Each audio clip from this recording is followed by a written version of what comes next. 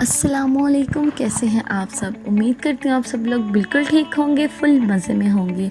आज की जो जूस हमने बनाना है वो है पीच एंड 7 अप जूस, जिसके लिए हमें सिर्फ आड़ू, पानी, 7 अप बोतल और चीनी की ज़रूरत है। तो चलिए स्टार्ट करते हैं। 3 अदद ले ली है मैंने आड़ू, इनको छिलका उतार के इनको कट कर लिया है और शामिल कर देना है अपने ब्लेंडर में। अब शामिल कर देने हैं इसमें 3 टेबलस्पून चीनी के।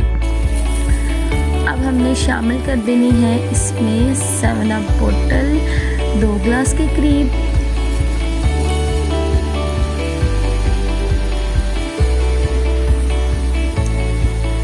थोड़ी सी और शामिल कर देते हैं, 2 ग्लास पूरे हो जाएं। और इसके बाद शामिल कर देना है 1 ग्लास पानी।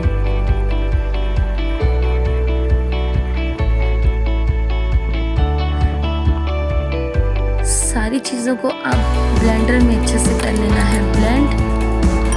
तो बस जूस हो गया है रेडी।